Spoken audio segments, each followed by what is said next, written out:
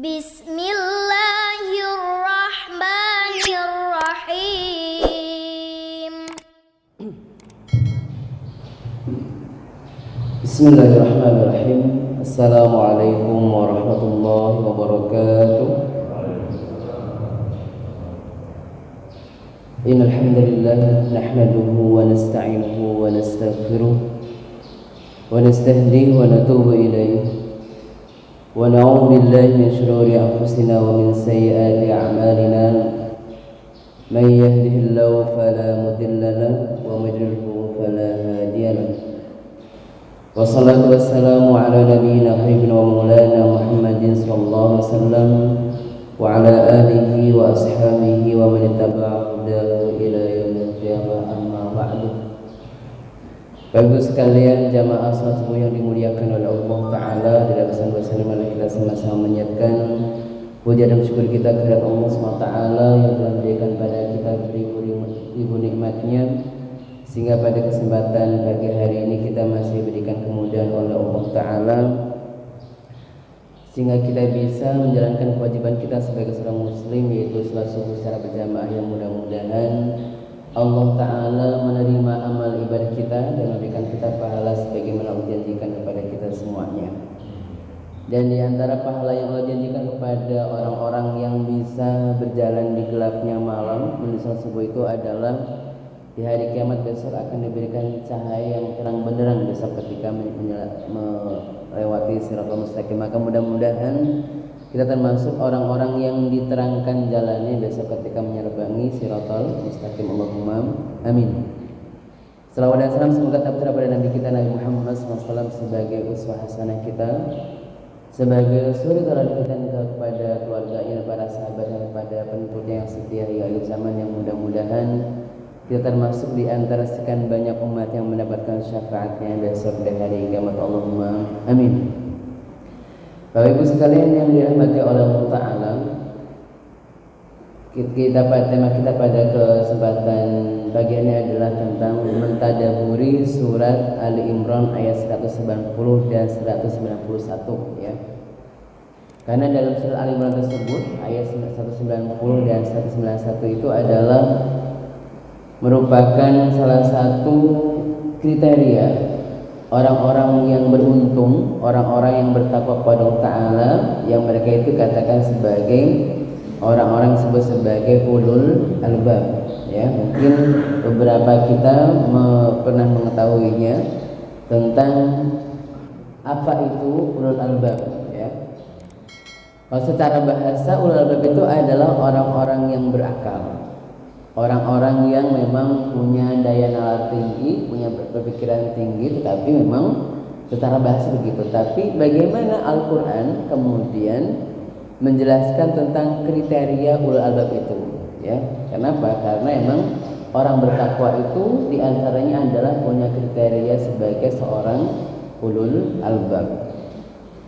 Dalam surat Ali Imran ayat 190 Allah berfirman, Inna fi khalqis samawati wal ardi wa ikhtilafil laili wan nahar la ayatin ulil albab.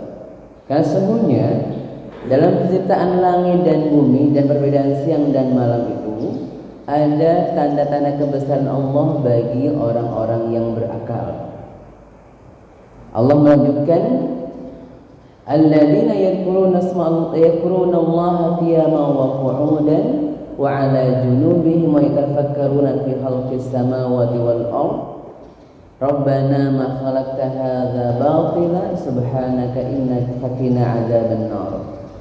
Yaitu orang ulul albab itu adalah orang-orang yang mengingat Allah sambil berdiri atau duduk atau dalam keadaan berbaring, dan mereka memikirkan tentang penciptaan langit dan bumi seraya berkata, ya Tuhan kami, tiadalah Engkau menciptakan ini dengan sia-sia. Maha suci Engkau, maka pelihara kami dari siksa api neraka.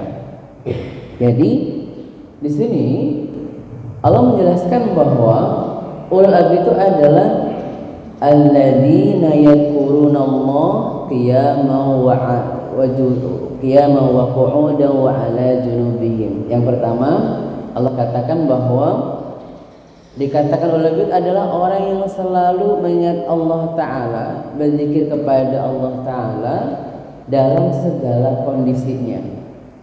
Ya, qiyaman, berdiri, wa qu'udan saat duduk, dan saat mereka berbaring, yaitu adalah selalu ingat Allah Ta'ala dan tidak pernah lupa.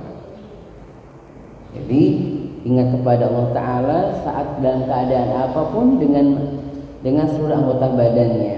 Oleh karena itu, para ulama, bagaimana zikir yang kemudian menjadikan kita sebagai ulul albab itu?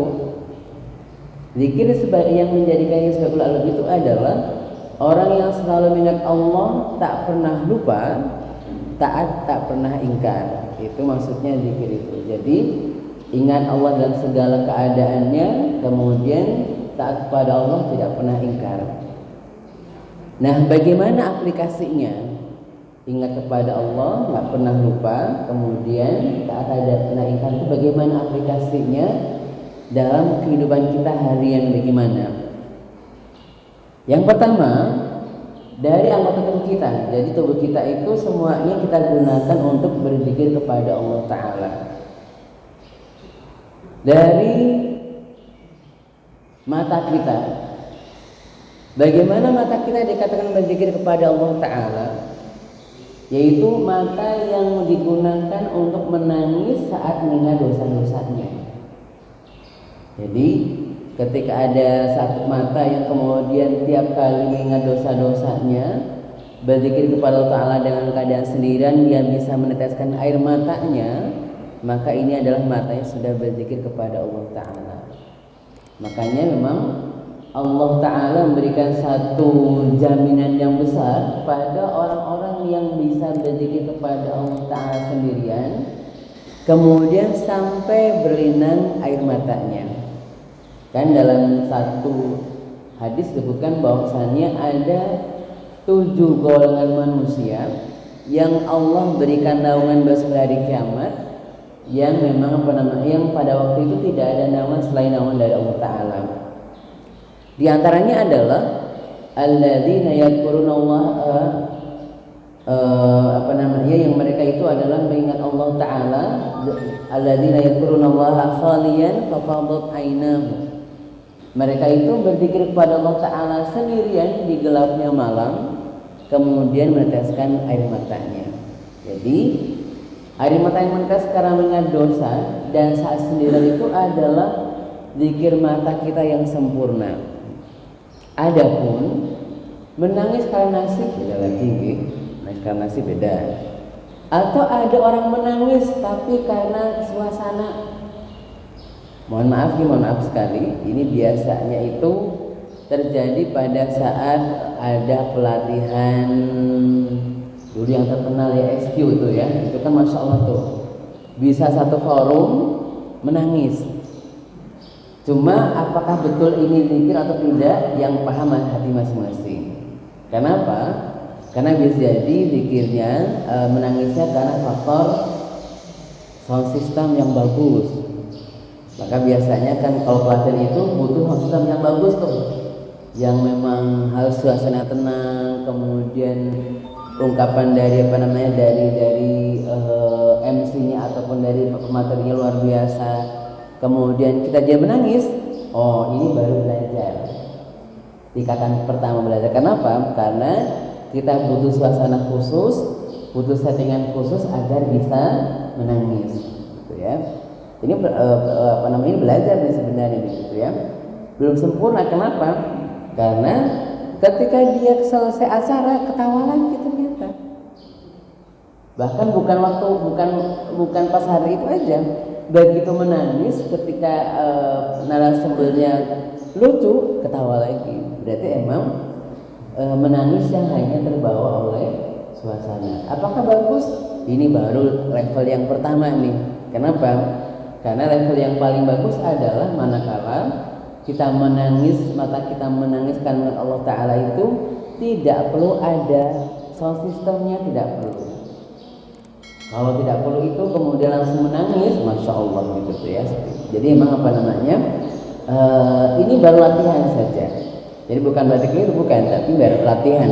Tahap awal itu adalah minimal deh pernah menangis lah dengan dosa-dosanya gitu, meskipun dengan forum yang banyak seperti itu. Tapi yang paling baik itu adalah bagaimana kita kemudian bisa mengingat dosa kita, menangis, meskipun memang tidak perlu ada sound system segala macam, tidak perlu, cukup dengan diingatkan dengan dosa kita yang besar itu ya. Kemudian itu dengan mata kita. Bagaimana itu dengan telinga kita ya? Kalau mata sudah berzikir, telinga kita berzikir pula. Telinga yang berzikir itu adalah telinga yang digunakan untuk mendengar semua ayat-ayat Allah Ta'ala. Dan mendengar itu ada 3 tingkatan. Mendengar itu 3 tingkatan. Pertama, tingkatan yang buruk, yaitu sami'na wa asaina. Kami dengar tapi kami tidak taat. Ini adalah orang-orang munafik yang kemudian ketika mendengar ayat Al-Quran, dengar nih, tapi tidak tergerak sedikit pun untuk menjalankannya. Ada perintah Allah A, B, dan C begitu ya, tapi hanya dengar saja, tidak sampai ke dalam hatinya, bahkan hatinya kemudian tidak mau menjalankan perintah Allah Ta'ala. Ini adalah yang dikatakan sami'na wa asaina. Itu adalah orang munafik yang memang Allah menjelaskan begitu, bahwasannya orang munafik itu ketika mendengar ayat-ayat Allah Ta'ala, mereka tidak berusaha untuk menjalankannya, bahkan seolah-olah nggak mendengarnya gitu ya, karena dalam telinga mereka ada sumpalnya begitu ya. Jadi mereka mendengar tapi kemudian tidak mau menjalankannya. Pada hakikatnya mereka tidak mendengar gitu ya. Kemudian, nah ini mungkin mohon maaf sekali ya begitu ya. Ini kalau kejadian kita di lapangan begitu ya. Ini kan mungkin karena nggak tahu saja artinya mungkin ya seperti ya. Ini kan biasanya kalau imam itu ketika mau sholat itu kan biasanya ucapannya sawu sufufakum fa inna tasbihatahu min tamamis shalah. Lurus dan rapatkan barisan kalian, karena lurus dan rapatnya barisan itu adalah termasuk kesempurnaan sholat. Kalau nggak pandemi tapi gitu ya. Kemudian kita jawab apa? Sami'na wa ata'na, tapi orang geser-geser. Berarti memang hanya dengar aja tuh, tapi nggak ngerti artinya mungkin maksudnya ya. Kenapa? Katanya disuruh rapat dan lurus rapatkan, tapi temannya suruh geser, dia nggak bergeser sendiri. Berarti ini memang jangan-jangan kita juga begitu ke dalam ayat Al-Quran yang lain, jangan-jangan. Tapi kalau ini soal bukan karena itu nih, mungkin karena tidak paham dengan apa yang diucapkan gitu ya. Jadi sami'na wa ata'na itu levelnya tinggi tuh. Berarti ketika mengucapkan sami'na wa ata'na maka langsung berbaris rapi, tidak boleh pakai disuruh-suruh sebenarnya. Cuma memang karena kita nggak ngerti artinya, jadi hanya bertahan di tempat yang sama begitu ya. Kemudian level yang kedua mendengar itu adalah sami'na wangdurna. Ya Allah, kami dengar, tapi tolong berikan waktu untuk menjalankannya. Maksudnya bagaimana nih? Jadi kita ini rata-rata kita dalam level itu. Level yang kedua itu kami dengar, tahu itu wajib, tapi tolong berikan waktu untuk menjalankannya dengan baik. Karena tadi ada orang-orang yang mohon maaf nih, kalau ibaratnya mobil atau motor begitu ya, ada orang-orang yang mungkin cc-nya tinggi tapi remnya long. Jadi kalau disuruh ibadah jalan tuh, tapi kalau berhenti maksiat agak lama. Ada yang cc-nya tinggi, remnya cakram. Ini yang paling bagus ya. Kalau diperintahkan ibadah langsung jalan. Kalau ada larangan langsung berhenti dengan segera. Ini masya Allah. Yang luar biasa ini nih ya. yang dikatakan sami'na wa ata'na yang ini nih, mendengar kemudian langsung jalan ya. Ada juga yang apa namanya cc-nya rendah, remnya belum. Jadi kalau disuruh ibadah, Masya Allah sudah dimotivasi, tapi mohon maaf nih, kayak membakar kayu basah gitu ya. Jadi hanya ngebul doang tapi nggak terbakar-bakar. Udah digas kenceng banget tapi jalannya masih lambat aja gitu ya. Tapi kalau suruh berhenti maksiat sama juga. Nah kita mungkin ada yang begitu modelnya. Jadi orang yang berproses nih. Jadi kalau ibadah minta proses untuk untuk menjalankan dengan baik, pelan-pelan begitu ya. Tapi memang mengikuti, tapi hanya emang butuh waktu lebih banyak daripada teman-temannya. Ada juga yang tadi kalau suruh berhentinya agak lama. Ini adalah yang penting tahu dulu ya. Makanya contoh seperti ini. Ketika kita tahu bahwa itu perbuatan haram, maka yakin dulu, yang penting yakin dulu untuk itu dosa. Itu saja dulu. Adapun nanti berhentinya, yang paling bagus berhenti dengan segera ya. Yang paling bagus nih ya. Tapi ya memang ada orang yang berhentinya pelan-pelan ada. Karena remnya kan rem tromol mungkin nggih. Rem tromol kan jadi sudah ngerem sekali pelan tapi masih jalan sampai benar-benar berhenti. Yang ini yang memang dikatakan taubat nasuha itu adalah kalau betul-betul berhenti. Kalau masih belum berhenti maka belum dikatakan taubat nasuha. Apakah boleh? Ya kalau boleh nggak boleh, namanya taubat kan belum taubat, tapi kata Ali bin Abi Thalib bahwasannya itu masih ibaratnya masih dimaafkan. Kenapa? Namanya manusia begitu ya.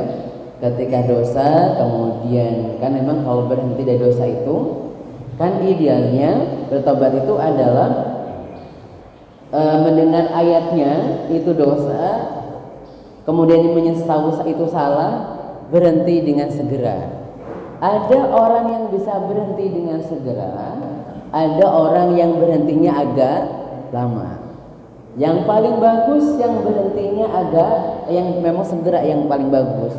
Cuma yang berhenti agak lama itu masih mending ketika dia sadar itu dosa dulu. Ketika sudah berhenti, ada orang yang memang segera kemudian tidak mengulangi lagi. Ada yang memang tergoda untuk mengulangi lagi juga ada. Tapi masih bagus berhenti dulu gitu ya. Meskipun kadang-kadang mengulangi lagi. Ibaratnya beginilah.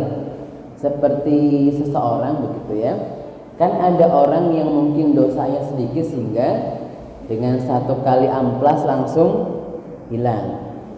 Tapi ada orang yang dosanya banyak jadi diamplas berkali-kali. Jadi ini juga sama nih. Kayak taubat itu adalah amplas untuk dosa-dosa kita. Ada orang yang langsung berhenti, langsung bersih. Ada orang yang butuh mungkin amplasnya tipis begitu sehingga sekali belum cukup nih. Masih ada nempel karatnya. Tambah lagi sampai betul-betul bersih. Sehingga emang di sini kalau telinga yang baik itu adalah yang tadi yang sami'na wa ata'na. Kami tak dengar dan kami taat. Hanya memang yang begitu adalah yang paling baik. Sebagian besar kita baru sami'na wa anzurna. Kami dengar ya Allah, tapi tolong beri kami waktu untuk untuk merubah diri saya. Gitu. Jadi tapi minimal mendengar hanya memang butuh waktu. Ini yang dikit telinganya. Kemudian bagaimana berzikir dengan lisannya? Ya, zikir dengan lisan itu adalah memuji nama Allah Ta'ala dalam segala keadaan. Dan dalam keadaan yang paling buruk sekalipun tetap memuji nama Allah Ta'ala. Apalagi keadaan yang baik tetap memuji nama Allah Ta'ala. Nabi Muhammad SAW mengajarkan kepada kita semuanya, ketika kita diberikan kebaikan yang sedang kita inginkan, Nabi mengatakan kita berdoa dengan alhamdulillahilladzi bi ni'matihi tatimmus shalihat. Segala puji bagi Allah Ta'ala yang dengan nikmatnya amal ibadah bisa lebih sempurna. Artinya apa? Kita berdoa nih, mudah-mudahan apa yang Allah berikan kepada kita itu justru menambah ketaatan kita kepada Allah Ta'ala, menyempurnakan ibadah kita kepada Allah Ta'ala, menyempurnakan amal saleh kita kepada Allah Ta'ala. Contoh, kita punya harta berlimpah, alhamdulillah, tetapi harapannya harta kita itu adalah bisa digunakan untuk perbuatan taat lebih banyak. Seperti itu. Kenapa? Karena emang sebenarnya orang bercita-cita jadi orang kaya boleh nggak? Ya harus bercita-cita jadi orang kaya harus. Karena apa? Karena memang kalau kita punya uang lebih, maka kita bisa beribadah lebih banyak, gitu ya. Contoh, panjenengan mau sedekah banyak, kalau uangnya sedikit kan agak berat, gitu. Maka butuh uang banyak. Kemudian kalau mau haji sekarang butuh uang. Kalau yang mau hajinya mau umroh saja sekarang, masya Allah banyak banget uangnya begitu ya. Artinya memang ada beberapa ibadah yang membutuhkan dana, sehingga memang ya kita harus bukan kita harus ya kita jadi orang kaya. Kenapa? Tetapi harus luruskan niatnya menjadi orang kaya yang kemudian bisa menambah kualitas ibadahnya, menambah varian ibadahnya. Kan kalau tidak punya, kan ibadah yang paling besar kan sholat sama zikir ya, puasa. Mau sedekah, orang nggak punya. Mau haji, nggak punya uang. Ya bagaimana lagi begitu? Tapi tadi ibaratnya, kalau kita mendapatkan satu yang nikmat dari Allah Ta'ala yang banyak itu adalah kita gunakan untuk beribadah lebih baik, harapannya menambah kualitas dari menyempurnakan amal ibadah kita. Makanya ketika mendapat kebaikan itu adalah kita kemudian berdoa alhamdulillahilladzi bi ni'matihi tatimmus shalihat. Bahkan kesehatan pun adalah penting ketika kita mau ibadah. Coba bayangkan nggih panjenengan mau sholat ternyata asam uratnya kambuh. Kira-kira bisa ibadah dengan baik enggak? Tidak bisa. Makanya kita bisa sehat, punya harta yang cukup, itu adalah nikmat dari Allah Ta'ala yang harapannya kita berdoa kepada Allah Ta'ala agar nikmat tersebut adalah membantu kita untuk beribadah lebih banyak.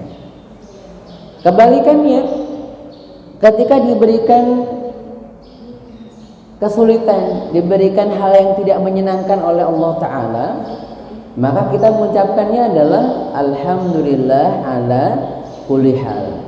Segala puji bagi Allah Ta'ala atas segala keadaan saya. Jadi sedang diuji besar itu tetap mengucapkan alhamdulillah. Contoh misalkan mohon maaf sekali ya, ini kan mungkin rata-rata usianya sudah agak-agak lanjut ya, rata-rata ya. Karena memang kalau orang sudah di atas 45, 50 itu kan memang penyakitnya datang, ada lanjut penyakitnya ya. Nah ketika penyakitnya datang itu ya yang paling baik itu mengucapkan alhamdulillah. Alhamdulillah sedang dikurangi dosanya, sedang ditambah pahalanya begitu ya. Kenapa? Karena kita yakin bahwa setiap keburukan yang Allah berikan pada kita itu tidak murni keburukan, tapi pasti ada kebaikan dalamnya. Tapi rata-rata kita baru tata yang sabar aja, belum sabar bersyukur ya. Kenapa? Ketika diberikan keburukan itu, level yang pertama sabar, nerima sih meskipun agak sedikit gimana begitu ya. Contohnya apa? Kalau kita lagi kambuh sakitnya, dijauh sama teman kita, gimana Pak rasanya? Ya beginilah orang tua begitu ya. Kata-kata begini orang tua sudah bagus, sabar nih. Cuma agak sedikit belum menerima benar gitu, tapi memang sabar ya, memang gimana lagi, mau sudah sakit lagi gitu ya. Yang paling sempurna adalah ketika sakit pun tetap zikirnya adalah alhamdulillah.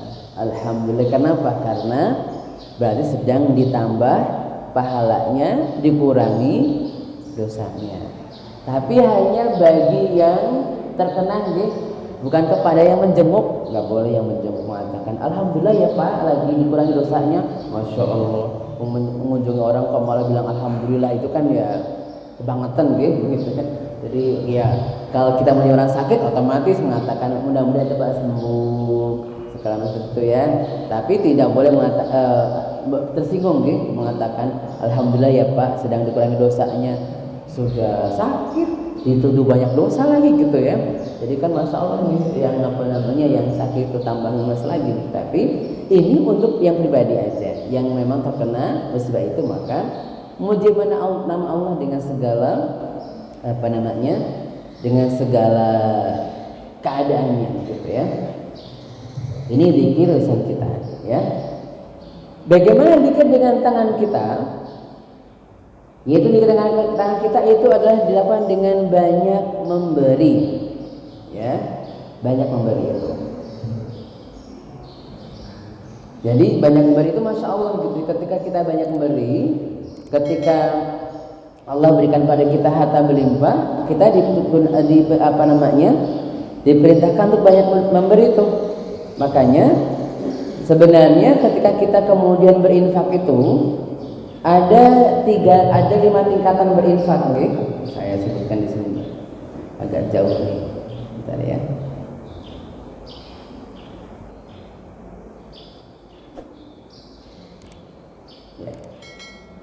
Ada 5 tingkatan berinfak memberi itu. Yang pertama, memberinya hanya menggugurkan kewajiban saja. Itu tingkat pertama paling rendah. Yaitu yang penting zakat aja selesai. Jadi kalau ibadah level iman, berarti level iman yang pertama nih, orang yang mengeluarkan zakat saja. Apakah boleh? Ya boleh, tapi ibaratnya kalau orang bernilai berarti ya naik kelas aja, tapi nggak berprestasi lah begitu ya, naik kelas aja. Kenapa? Karena Allah hanya mewajibkan zakat saja. Sebagian disebutkan dalam surah At-Taubah 103 dikatakan khudh min amwalihim shadaqatan tutahhiruhum wa tuzakkihim wa shalli 'ala tuzakkihim biha. Ambillah dari harta mereka zakat yang bisa membersihkan diri mereka dan mensucikan mereka. Jadi zakat itu adalah minimal dari zikir tangan kita. Ya, zikir tangan kita itu minimalnya adalah dengan berzakat saja. Bagi yang mampu ya. Kalau kita bayangkan begitu ya, ketika Allah memberikan kita 100, yang Allah minta hanya 2,5%. Yang kita nikmati 97,5% dari harta kita. Karena lebih banyak yang kita nikmati kan daripada yang kita berikan. Tetapi kalau ini masih berat juga, zakat itu rasanya berat banget begitu ya. Ini berarti ada satu dalam diri kita nih. Berarti tangan kita belum berzikir nih. Kenapa? Karena memang kita nggak banyak memberinya gitu ya, seperti itu. Nggak banyak yang wajib aja nggak mau gitu. Maka yang tidak mau zakat itu masya Allah ancamannya besok di hari kiamat akan hartanya akan menjadikan sebagai ular yang akan membelenggu dirinya. Naudzubillah min dzalik. Ini yang pertama ya, tingkatan yang pertama. Yang kedua, memberikan harta karena ingin mendapatkan pahala berlimpah. Jadi tingkatan naik lagi. Jadi dia yakin bahwa semakin banyak dia berinfak, semakin banyak pahalanya, baik dunia dan akhirat. Level yang kedua nih gitu ya. Makanya dulu sempat ada pembiasaan dari ustadz kita ya, Ustadz Yusuf Mansur, tentang power of giving itu ya. Kan motivasi luar biasa bahwa seseorang yang berinfak itu akan dibayar 100 kali lipat bahkan lebih, 700 kali lipat bahkan begitu ya, 10 sampai 700 kali lipat. Belum menceritakan di dunia dan akhirat juga gitu ya. Berarti emang level yang kedua nih. Kenapa? Karena memang kalau kemudian kita berinfak biar jadi kaya, nanti rezekinya ada, bahkan ditunggu-tunggu misalkan ya, saya sudah infak nih, kapan ya dapat balasannya gitu ya. Ini level yang kedua nih. Kenapa? Ada yang balasannya kita dapatkan di dunia, ada yang balasannya memang didapatkan di akhirat harusnya. Kalau kita dapatkan dunia lebih banyak dari balasan itu kita dapat di dunia langsung cash begitu ya, maka yang kita akan dapatkan di akhirat akan berkurang kalau kita mengharapkannya di dunia. Contoh, saya sudah zakat, sudah banyak sedekah kok ya, nggak ada yang menolong saya gitu ya. Ini berarti mengharapnya di dunia. Level imannya berlevel yang kedua, level imannya. Karena harusnya ya semua ibadahnya adalah mengharap ridha Allah Ta'ala. Harus yakin bahwa Allah akan memberikan balasan. Justru kalau nggak dapatkan di dunia, bersyukur, berarti akan mendapatkan lengkap di akhirat tuh. Lengkap semuanya akan dapatkan di akhirat itu seperti ya. Tetapi memang tadi memang level yang kedua itu adalah sebenarnya Allah sebutkan dalam surat Al-Baqarah 245, man dzalladzi yuqridullaha qardan hasana fayudha'ifahu lahu ad'afan katsira. Barang siapa yang memberikan pinjaman kepada Allah Ta'ala dengan sebaik-baik pinjaman, maka Allah akan melipat gandakannya dengan sangat banyak. Jadi dia merasa bahwa dengan mensedekahkan itu ya idealnya hidup saya sempurna, idealnya saya terjamin gitu ya. Ini berarti level yang kedua nih, level yang kedua. Meskipun memang harusnya nggak begitu ya, yang tinggi itu malah lebih sempit daripada itu. Itu yang kedua. Kemudian level yang ketiga, memberi ketika memang ada kesenangan nih. Saya senang memberi nih. Ya mau dibalas dia tetap memberi, tidak balas tetap memberi saja. Orang yang memang sejak awal sudah dermawan, tidak butuh balasan dari orang lain, ya. Jadi kalau yang pertama itu kan memberi mengharap balasan, ya. Kalau di dunia seperti orang kondangan, gitu. Maaf sekali kalau kondangan begitu kan rata-rata ya, sebagian masyarakat memang gitu. Kalau kondangan itu, mohon maaf nih, ampunten nih misalkan. Ini kalau panjenengan kira-kira kalau kondangan itu hadiah atau apa namanya kalau kondangan ke orang? Oh hadiah Ustadz, hadiah. Kira-kira mau balasan apa tidak? Ada sebagian ini dapat balasannya. Sehingga kalau ada yang kondangan catat dulu. Oh si fulan kondangannya sekian. Besok kalau dia punya hajat, saya menyumbangi dengan sekian. Bahkan ada yang mohon maaf ya nggak putus sekali ya, karena mohon maaf nggak punya anak, kan kondangan mulu ya. Ada sunatan kondangan, ada nikahan kondangan, ada lahiran ikut nyumbang. Terus karena selalu nyumbang begitu, kemudian lah masa saya kondangan mulu nggak pernah undangin gitu ya, sehingga ada kerabatnya yang sunatan, sudah yang nanggung saya aja, tapi yang undang saya ya gitu ya. Ini berarti baru level yang kedua tuh imannya. Kenapa? Ngundang tapi ingin dapat, berikan tapi ingin dapat balasan. Jadi kalau panjenengan kemudian misalkan ketika nyumbang atau bukan memberikan hadiah kepada orang lain kok pengen dapat balasan dari orang lain itu, maka baru level yang kedua nih. Baru level kedua seperti itu. Jadi kalau yang ketiga itu, masya Allah gitu ya. Yang ketiga itu adalah orang-orang yang memang senang aja, memberi senang aja. Nggak, mereka ketika memberi itu tidak ada pemikiran sama sekali. Ini normal gitu. Ada sebagian orang begitu, baik orang yang kafir atau muslim, ada yang begitu. Ada orang ketika menyumbang itu nggak pakai berpikir ulang, ada seperti itu. Ya memberi aja begitu ya. Ini katakan sebagai orang dermawan. Kenapa dikatakan kalau dia beriman, maka Allah mengatakan as-sahiyyu qaribun minallah qaribun minan nas, qaribun minal jannah wa ba'idun minan nar. Orang yang dermawan itu dekat dengan Allah Ta'ala, dekat dengan manusia dan dekat dengan surga dan jauh dari api neraka. Ya, seperti itu. Jadi kemudian Allah mengatakan, Nabi mengatakan, wala jahilun sakhir ahabidallahi min alimin bakhil. Orang yang bodoh dan dermawan lebih Allah cintai daripada orang yang pandai tapi pelit. Mungkin pandainya ini lulusan akuntansi mungkin ngitung banget kalau mau sedekah. Jadi agak bukan pelit sih, tapi ini agak berhitung gitu ya. Tapi kalau orang yang memang nggak pandai hitung-hitungan, kadang ngasih aja gitu ya. Jadi tingkat ketiga itu adalah karena orang itu senang aja, saya senang udah gitu ya, seperti itu. Kemudian yang keempat itu orang yang memang mengeluarkan harta itu kenapa? Ini sebenarnya milik Allah Ta'ala. Berarti ya saya hanya jalan aja. Ini yang bagus, hal yang keempat.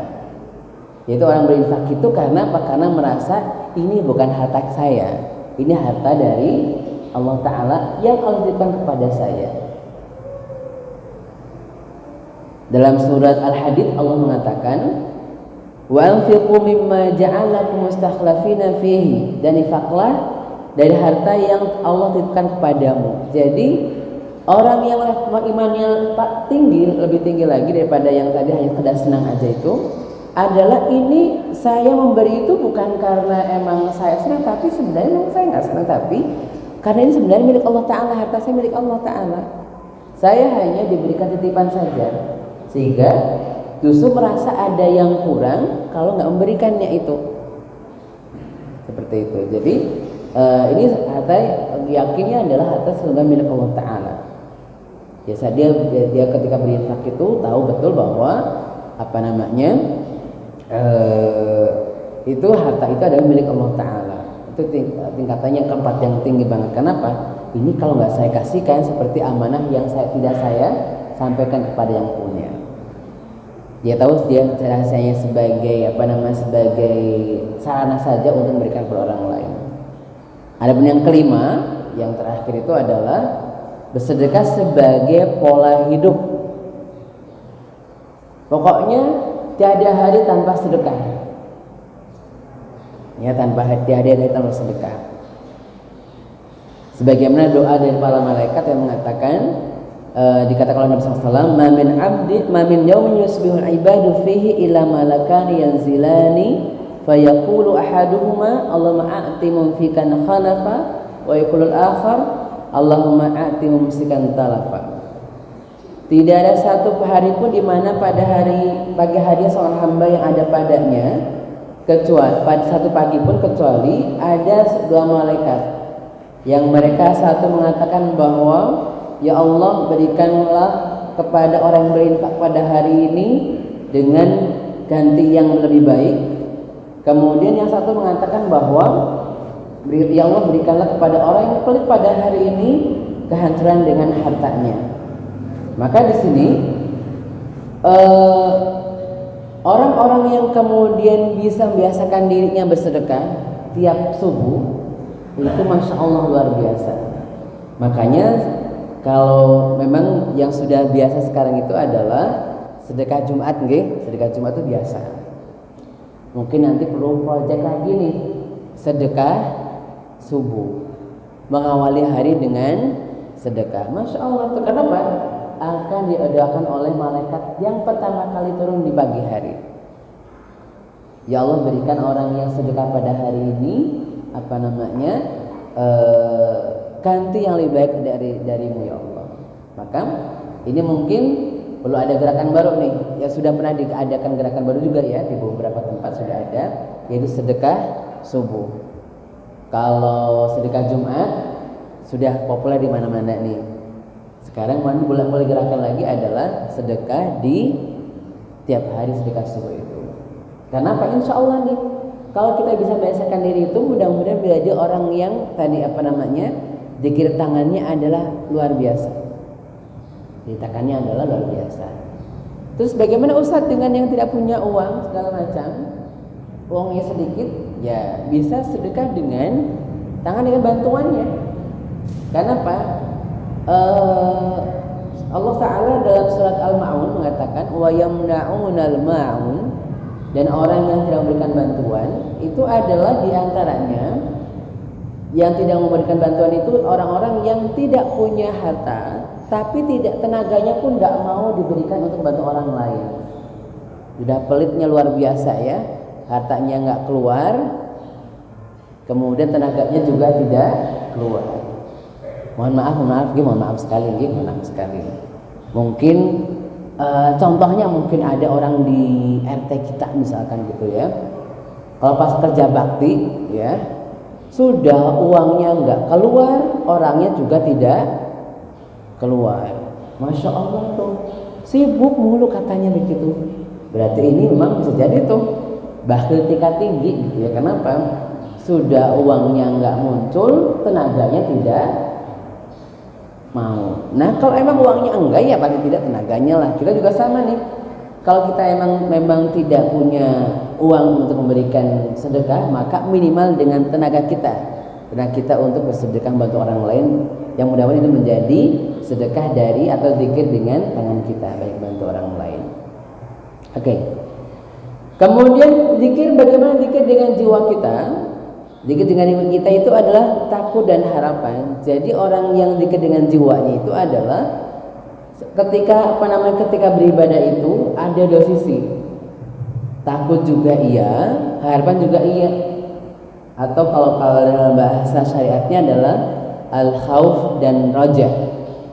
Takut dan harapan. Satu sisi dia takut kalau ibadahnya tidak sah, ya. Takut ibadahnya tidak sempurna, iya. Tapi si yang lain dia berharap saya sudah semaksimal yang saya bisa nih beribadahnya, maka insya Allah mudah-mudahan diterima amal ibadah kita. Kenapa? Betul, Allah mengatakan la yukallifullahu nafsan illa usaha. Allah tidak memberikan beban kepada manusia kecuali berdasarkan kemampuannya. Tetapi ya, Allah juga mengatakan balil insanu ala nafsihi basirah walau alqa ma'adzirah. Bahkan manusia tahu dengan kondisi dirinya meskipun mengungkap banyak alasan. Maksudnya bagaimana? Apakah sudah maksimal atau belum? Yang paling paham adalah yang bersangkutan. Apakah sebisanya atau sudah semaksimal yang dia bisa? Beda nggih? Biasanya itu kalau kalimat fattaqullaha mastata'tum itu sebagian besar manusia itu adalah pilih level paling bawah, bukan level yang paling tinggi. Cuma orang bertakwa itu mastata'tum adalah yang paling tinggi yang kita bisa. Contoh, maaf sekali gitu ya. Kurban misalkan ya. Kurban itu antara sapi atau kambing nih. Kalau kambing panjenengan misalkan nih kambing. Kalau mau dilihat nih kambing kita itu harganya dibandingkan dengan perabotan rumah tangga kita, mahalan kambingnya atau mahalan perabotan rumah tangga kita. Kambing 3 juta misalkan. Televisi kita berapa ya? HP kita berapa? HP kita ya apalagi yang paling baru ya, iPhone berapa Pak? 12 begitu ya. Sudah puluhan juta tuh gitu ya. Beli kambing berapa ekor tuh? Tapi kenapa yang ini nggak berat, yang kambingnya berat? Berarti ini emang kita belum jujur pada diri kita masing-masing. Betulkah kita sudah maksimal ibadahnya? Yang paling paham diri kita masing-masing. Oh, sapi, satu keluarga 1 ekor sapi, masya Allah luar biasa. Berat apa tidak? Dilihat sebenarnya dengan perabotan rumah tangga kita. Sapi itu mungkin 25 misalkan ya. Panjenengan beli motor baru, saya sebutkan mereknya nih, NMAX cash lagi, berapa puluh juta tuh, sama gede juga kayak sapi juga kan gedenya ya. Cuma ini bisa kita kendarai. Kalau yang sapi itu kendaranya besok di akhir tuh. Tapi kalau kita berat, berarti emang sebenarnya Allah paham, kita paling paham. Betulkah kita sudah maksimal dengan usaha kita? Makanya kita harus takut kalau jangan-jangan paling sedikit nih. Kenapa? Contoh nih, ketika dibaca kurban itu Allah mengatakan la yanalullahu luhumuha wala dima'uha walakin yanaluhu taqwa. Yang sampai kepada Allah Ta'ala bukan darah dan dagingnya, bukan besarnya kurban kalian, tapi yang didapatkan Allah Ta'ala, yang sampai kepada Allah Ta'ala adalah ketakwaan kalian kepada Allah Ta'ala. Betapa kalian kemudian bisa menahan diri, bagaimana mengencangkan ikat pinggang untuk berkurban, itu nilai pahalanya. Makanya Nabi kita Nabi Muhammad SAW ketika lagi ekonominya baik, maka beliau kurbannya sampai 100 ekor unta. Padahal kalau tidur hanya dengan kain yang sangat kasar sampai membekas di punggungnya. Kalau kita mungkin saya beda nih, kita bukan bekas punggungnya, mungkin bekas bantal di wajah kita gitu ya, mungkin begitu. Atau mungkin malahan bantal kita ada bekas bibir kita gitu ya, ada pulaunya begitu. Kalau Nabi Masya Allah. Tapi begitu ada rezekinya, maka beliau itu ketika berkurban 100 ekor unta, luar biasa. Itu Nabi luar biasa. Kemudian pernah beliau tidak makan, tidak punya lauk selama 3 bulan. Beliau hanya punya kurma saja selama 3 bulan. Makanan paling dasar gitu ya. Mungkin itu 3 bulan aja layaknya para ummahat ya, para ibu-ibu. Ya emang ada istri-istri Nabi yang mengeluh, ini kok jadi istri Nabi kok susah amat ya gitu ya. Sampai ada minta cerai segala macam begitu ya, seperti itu. Jadi tapi Masya Allah ketika berkurban, dan beliau tidak pernah tidak berkurban selama disarikan kurban itu. Nah makanya kita ketika tahun ini misalkan nggak berkurban, melihat diri kita masing-masing, betulkah kita tidak bisa atau kurang mengencangkan ikat pinggang kita? Kenapa? Karena emang tadi harapannya adalah kita takut nih kalau harta kita nggak berkah ketika kemudian kita tidak mengencangkan ikat pinggang kita. Karena tadi itu takut dan harapan itu adalah kalau kita kemudian beribadah itu kita takut bahwasanya kita belum menyempurnakan ibadah kita. Tapi harapannya adalah kalau kita sudah memaksimalkan usaha kita, insya Allah Allah akan menerima amal ibadah kita. Kita ketika bertobat nih, khawatir jika tidak terima tobatnya. Cuma kalau yakin benar-benar kalau kita kemudian benar-benar mengaku kesalahan kita, mudah-mudahan tobat kita diterima. Kenapa? Kalau kita beribadah belum diterima juga. Karena contoh misalkan saja seperti puasa kita misalkan puasa Ramadan kemarin sudah lama tuh gitu ya.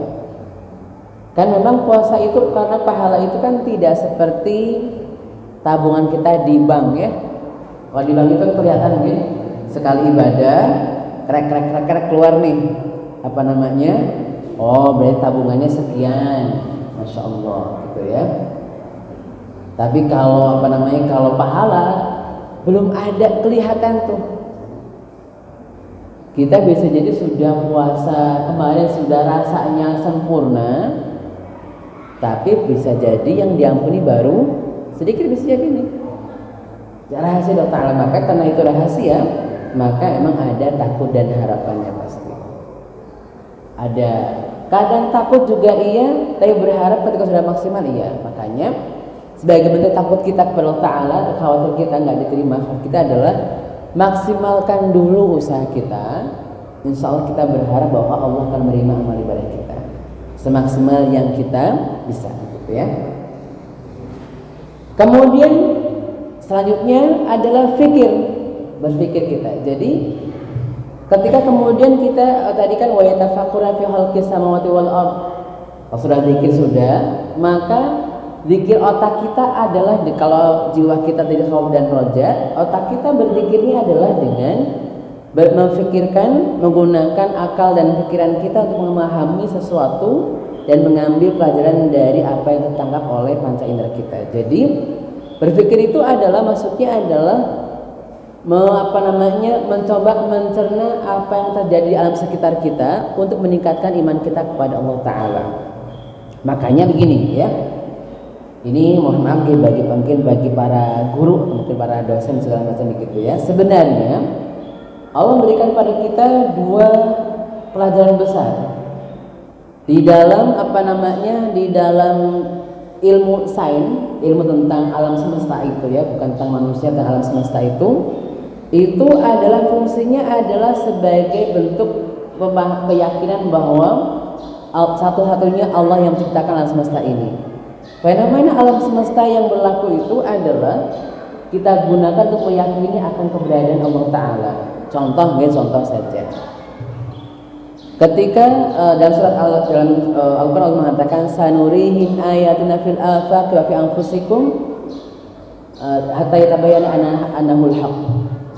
Dan akan kami tampilkan pada mereka tanda-tanda kebesaran kami di alam semesta ini dan dalam diri mereka, agar mereka yakin bahwa Al-Quran itu benar, Allah itu benar, gitu ya. Jadi ketika melihat alam semesta, kenapa Allah kemudian ketika ada gempa bumi kita diperintahkan untuk bertakbir, untuk meyakini bahwa yang menentukan gempa bumi ini adalah Allah Ta'ala. Ilmu pengetahuan kita hanya sampai ke sebabnya, tapi kemudian siapa yang menggerakkannya itu adalah Allah Ta'ala. Kenapa munculnya sekarang? Kenapa nggak kemarin-kemarin? Berarti yang menggerakkan Allah Ta'ala nih. Itu. Ketika peredaran langit dan bumi, planet dan segala macamnya, ini tercipta dengan baik, sistemnya sistematis sekali, pasti ada yang membuat sistemnya, yaitu adalah Allah Ta'ala. Ini ketika alam semesta jadi ada gempa bumi dan segala macamnya. Bahkan mungkin sering kita menyaksikannya adalah gerhana bulan dan matahari. Itu adalah memang Allah Ta'ala yang menentukannya, sehingga kita diperintahkan untuk sholat gerhana itu, untuk mengkaitkan fenomena alam dengan iman kepada Allah Ta'ala. Ini kalau dalam ilmu-ilmu yang sifatnya ada alam semesta, gitu ya. Kalau dalam ilmu sosial itu Allah mengatakan dalam surat Al-Hujurat, inna khalaqnakum min dzakari wa untha wa ja'alnakum syu'uban wa qabaila lita'arafu inna akramakum indallahi atqakum. Ketika belajar ilmu sosial itu dengan berbagai macam budaya masyarakat yang ada dari belahan bumi yang ada itu sebagai bentuk bahwasannya Allah yang menciptakan itu, tetapi tujuannya adalah untuk kita meyakini bahwa segala suku yang ada, ras yang ada itu di mata Allah sama. Yang membedakan mereka adalah ketakwaan mereka kepada Allah Ta'ala. Ini ilmu sosial gitu. Berarti ketika panjenengan belajar ilmu eksak itu adalah untuk meyakini akan kebenaran Allah Ta'ala. Mempelajari ilmu sosial meyakini bahwa semua di mata Allah sama, yang berbeda adalah ketakwaannya. Itu tujuan dalam ayat Al-Quran. Sehingga ini tafakurnya seperti itu. Masya Allah, Allah memberikan orang dengan berbagai macam warna kulit. Ini luar biasa Allah Ta'ala maha kuasanya. Yang kedua kita meyakini bahwa baik macam kulit itu di mata Allah sama. Mau kulitnya putih, mau kulitnya hitam, mau kulitnya merah sekalipun, di mata Allah sama. Yang membedakannya adalah ketakwaannya kepada Allah Ta'ala. Ini tentang tentang bagaimana kita kemudian berpikir agar tadi kita dikatakan sebagai seorang ulul albab, yaitu orang yang banyak berzikir, senantiasa berzikir kepada Ta'ala dengan segala keadaannya, baik dengan anggota tubuhnya semuanya. Dan anggota tubuh itu memang kalau kita kemudian mau merangkapnya semua itu anggota tubuh kita itu adalah bisa dengan sholat duha, kan sholat duha itu adalah Allah mengatakan, Nabi Muhammad SAW mengatakan bahwasanya dalam setiap kesendirian kita itu ada sedekahnya, dan sedekah itu bisa di cover dengan sholat duha kita. Makanya mohon maaf sekali kalau kita termasuk yang mohon maaf yang diberikan keterbatasan rezeki Allah Ta'ala, perbanyak sholat duhanya. Mudah-mudahan berarti itu sedang bersedekah atas 320 persendirian kita, ya, seperti itu. Dan sholat duha itu tidak harus satu paket gitu. Karena sholat duha itu seperti sholat malam sebenarnya. Jadi kalau sholat siang, sholat malam itu witir, gitu, 11 rakaat, maka duha pun ganti sholat malam kita. Makanya ketika mungkin panjenengan tadi pagi tadi malam tidak sholat, nggak bangun karena sholat malamnya, perbanyak sholat duhanya agar mudah-mudahan tetap dikatakan berzikir siang dan malam. Kalau paginya bisa maksimal, silakan monggo. Mau 4 juga boleh, 2 juga boleh, 12 juga boleh. Tidak harus satu paket, tidak, okay? Bisa dicicil. Contoh, sekarang nanti dari sini misalkan sholat dulu nih, sholat mau suruh kayak duha nggak apa-apa, namanya boleh dua-duanya lah seperti itu ya. Pulang lagi sholat duha lagi boleh. Oh jalan sehat tuh, habis pulang dari jalan sehat duha lagi, insya Allah tidak apa-apa. Karena mudah-mudahan ini menggantikan sebagai bentuk sedekah kita. Kemudian berpikirnya adalah bagaimana kita kemudian mengkaitkan semua apa yang terjadi alam semesta ini untuk semakin meningkatkan iman kita kepada Allah Ta'ala. Ada satu pesan dari terakhir, kesimpulan pesan dari para ulama kita, ya.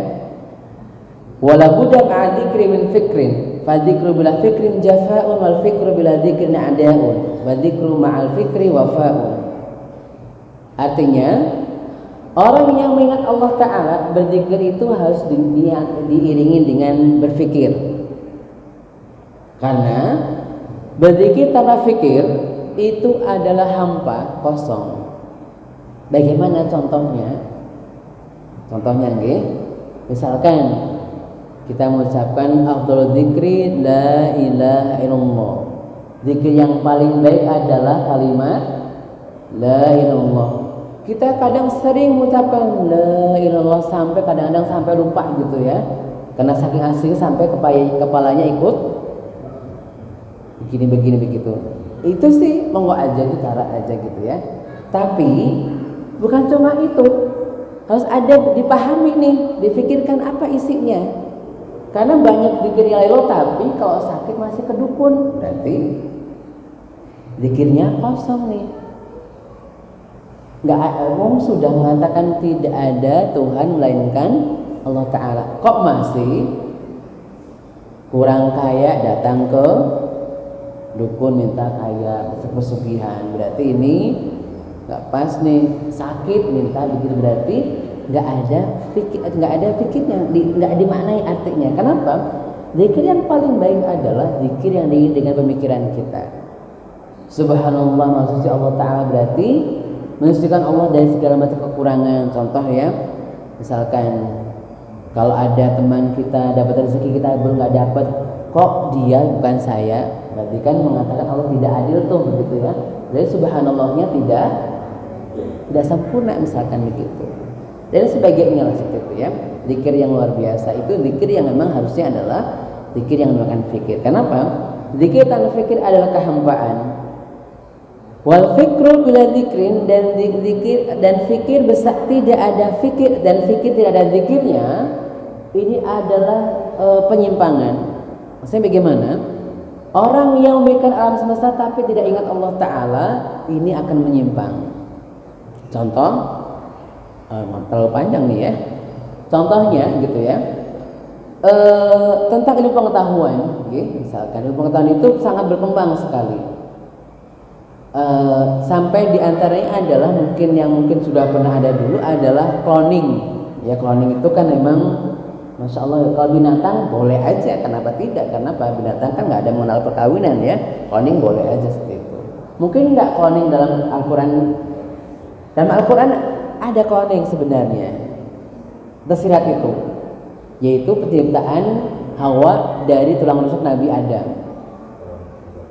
Kan nggak ada spermanya, kan tidak ada, selurnya tidak ada dari bagian tubuh dari Nabi Adam. Itu namanya cloning juga gitu ya. Ada juga penciptaan dari Isa alaihissalam, Nabi kita Nabi Isa.